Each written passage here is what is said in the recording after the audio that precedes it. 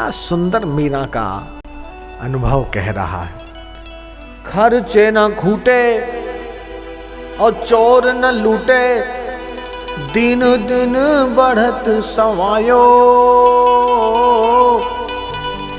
पायो जी मैंने राम रतन धन पायो, वस्तु अमोलक दी मेरे सतगुरु।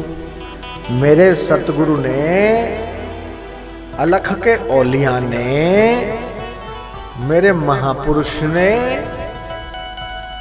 एक ऐसी वस्तु दी है जो अमूल्य है, उसका मोल नहीं आंका जा सकता। और मुझे उन्होंने स्वीकार कर लिया, ये उनकी महानता है।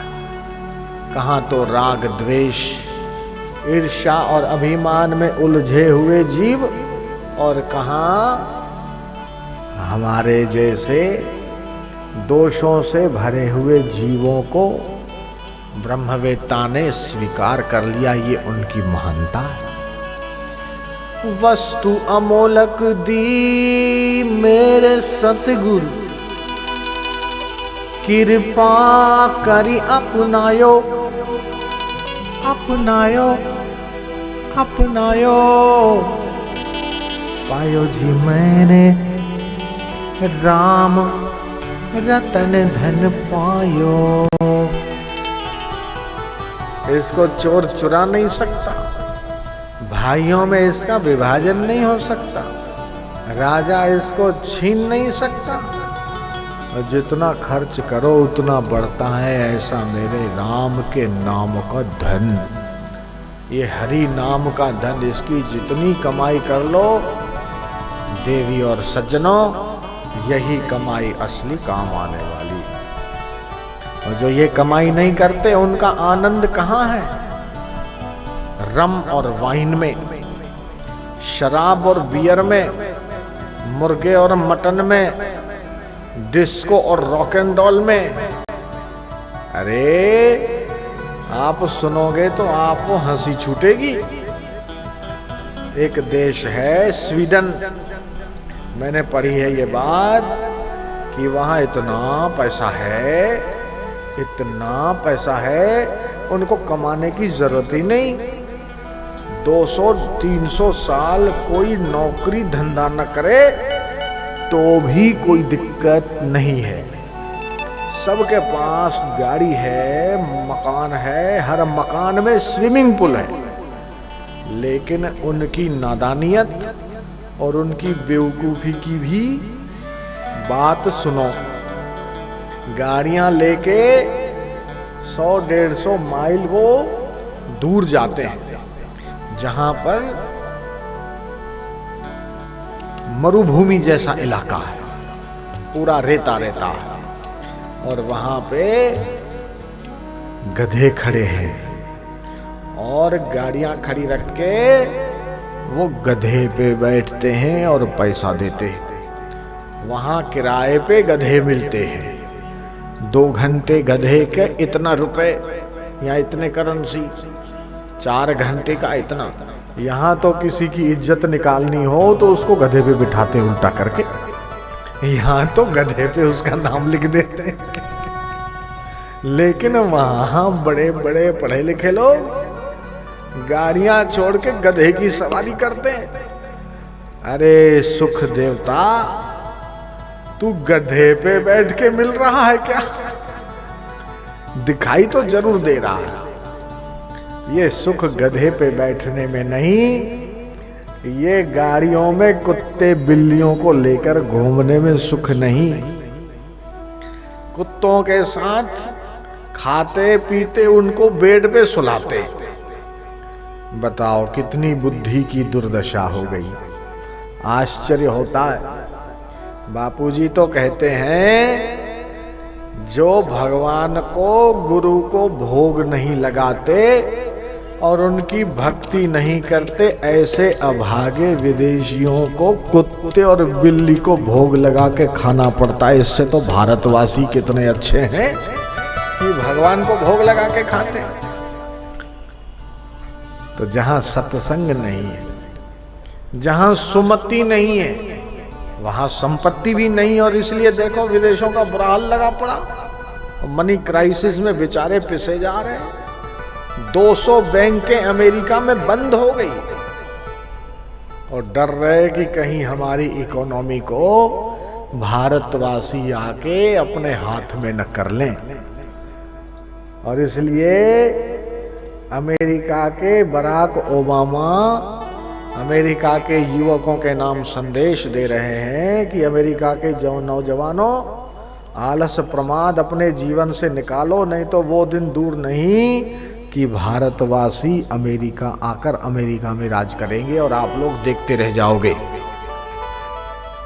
तो ये देखो भारत हमारा तरक्की कर रहा है, ये उन्नति कर रहा है, और भारत की उन्नति को देखकर कई देश जल रहे हैं, डाह कर रहे हैं, ईर्ष्या कर रहे हैं। तो ये भारत की परंपरा, भारत के लोगों में जो ऋषियों का खून दौड़ रहा, वंदे भारत भूमि दिव्यम, ये ऋषि भूमि। मैं जब छोटा था ना तो स्कूल में शिक्षक ने पढ़ाया, बोले लिखो भारत खेती प्रधान देश छे। हम तो नादान थे और बच्चे थे, हमने लिख लिया भारत खेती प्रधान देश छे। लेकिन जब हम थोड़े बड़े हुए और पूरे भारत की यात्रा की और कुछ विदेशों की यात्रा की, जब 18-19 साल के थे तभी अफ्रीका, अमेरिका, लंदन, कई देशों में यात्राएं शुरू हो गई। 3 पासपोर्ट भर चुके मेरे। और तब जब मैंने अपनी संस्कृति और विदेश की सभ्यता, विदेश की संस्कृति नहीं कहूंगा, वहां का कल्चर है, संस्कृति नहीं है वहां की, वो एक्सपेरिमेंट कर रहे हैं कि क्या ठीक है क्या गलत है। हम लोग तो कर चुके, जो हम लोग कर चुके वो लोग आजमा रहे हैं और फिर चेक कर रहे हैं कि क्या ठीक है क्या गलत है।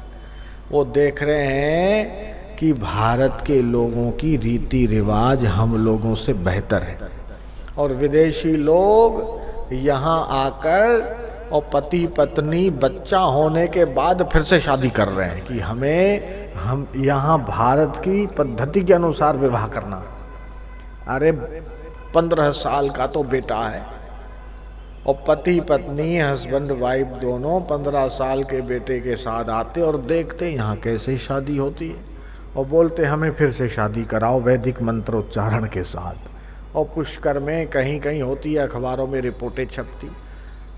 तो हम लोगों की संस्कृति से वो लोग प्रभावित हैं, लेकिन दुर्भाग्य है भारत के उन नौजवानों का, युवा पीढ़ी का, जो हॉट डॉग में जा रहे, जो मैकडोनल्ड में जा रहे और पिज़्ज़ा और बर्गर खा के अपनी आंतें खराब कर रहे, अपना शरीर खराब कर रहे और मोटापे के शिकार बन रहे और मेदस्वी बन रहे। इसलिए बहुत ज़रूरत है अभिभावकों को कि अपने बच्चों को वो पाश्चात्य संस्कृति क्या उसके कल्चर के प्रभाव में न आने दें।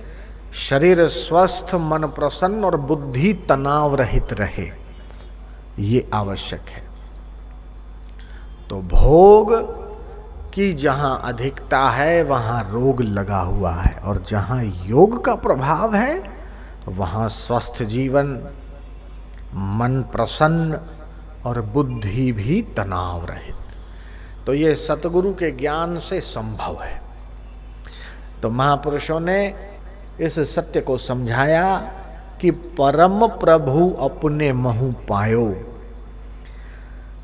मृगन पास बसे कस्तूरी ढूंढत वन वन धायो, निज नाभि की गंध न जानत हारी थक्यो, सकुचायो परम प्रभु अपने महु पायो।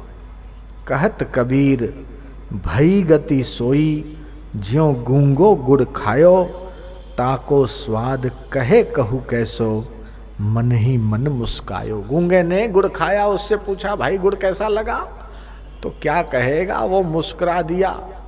ऐसे ही जिसको उस प्रभु का आनंद मिला, उसके दर्शन करने मात्र से लोगों के दुख दर्द दूर हो जाते हैं, तनाव कम हो जाते हैं, मानसिक बीमारियां कम हो जाती है और शरीर भी स्वस्थ होता है। ये रिसर्च हो चुकी कि संत दर्शन से क्या क्या लाभ होता है।